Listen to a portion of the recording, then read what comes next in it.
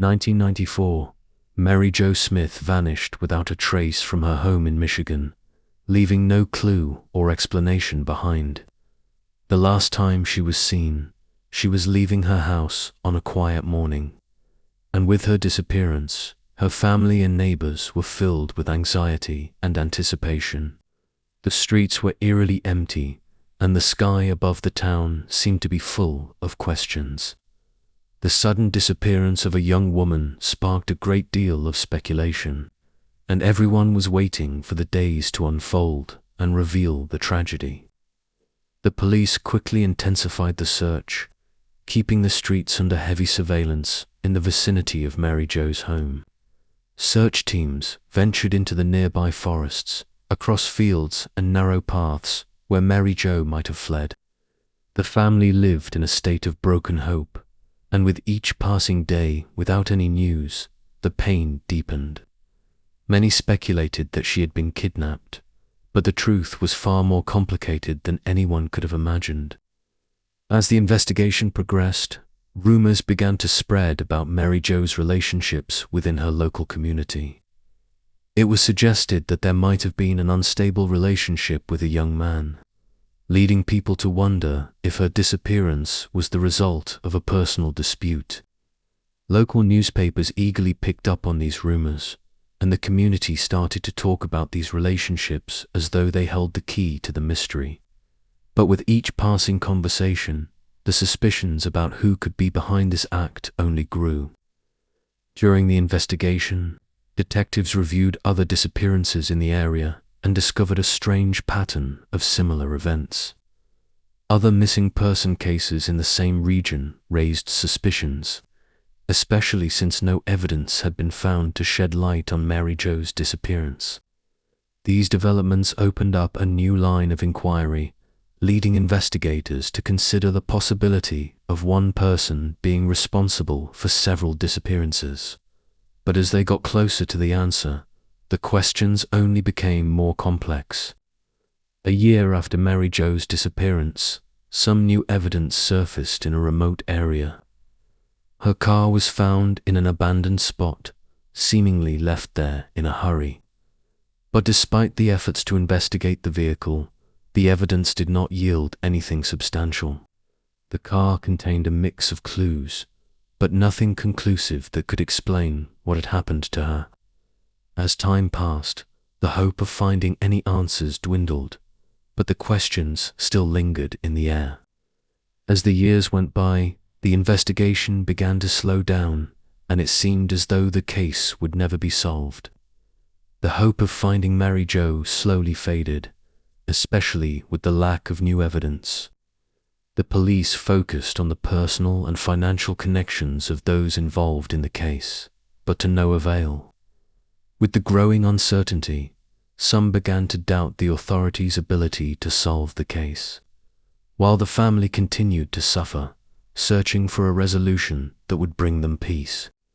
By 1997, the family had begun to lose hope, yet they did not give up on their search for the truth. They knew that the long passage of time would make finding any evidence increasingly difficult, but they still held onto a slim hope of discovering Mary Jo's fate. During this time, anxiety grew within the local community, as everyone began to wonder if someone else might also be at risk. The questions remained unanswered, and a growing sense of fear hung over the town. In 1999, a new witness came forward with information that had been overlooked by authorities earlier. The witness spoke of seeing a strange person near Mary Jo's house on the day she disappeared. This new information gave the police hope that the investigation might be back on track. But with this new lead, the case needed to be reopened and the validity of the information verified. Confusion still remained, but hope was rekindled in the hearts of Mary Jo's family. In 2000, after years of searching and effort, authorities decided to close the main investigation due to a lack of evidence. As time passed, the case faded from the public's memory, and Mary Jo's disappearance became nothing more than a painful, distant memory. But for her family, the case was still very much alive in their hearts, and the hope of finding the killer and closing this dark chapter in their lives still burned deep within them. In 2003, 9 years after Mary Jo's disappearance, authorities discovered her body in a remote area. The body had been buried under debris in a secluded forest area, far from any place that had previously been searched. This mysterious discovery reopened the case, reigniting hope that the killer might still be found. But the big question now was, who had done this, and what were their motives behind such a brutal crime? Through DNA testing, it was confirmed that the body was indeed Mary Jo Smith's. This revelation sent shockwaves through the local community and led to the resumption of the investigation with renewed vigor. The case was no longer just about a disappearance. It had now turned into a clear murder investigation. The police began to gather evidence, hoping that after all these years, the truth would finally come to light. The police reopened the investigation with great intensity, collaborating with new teams of detectives. Everyone was asking themselves who the killer was, but the truth was more elusive than anyone had anticipated. The newly gathered evidence seemed to indicate a connection between this crime and another in the same area. This major shift in the case meant that justice could finally be within reach, with the perpetrator closer than ever to being identified.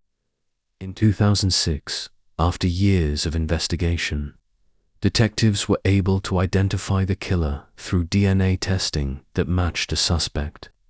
This person, who had been out of sight for all these years, was finally arrested.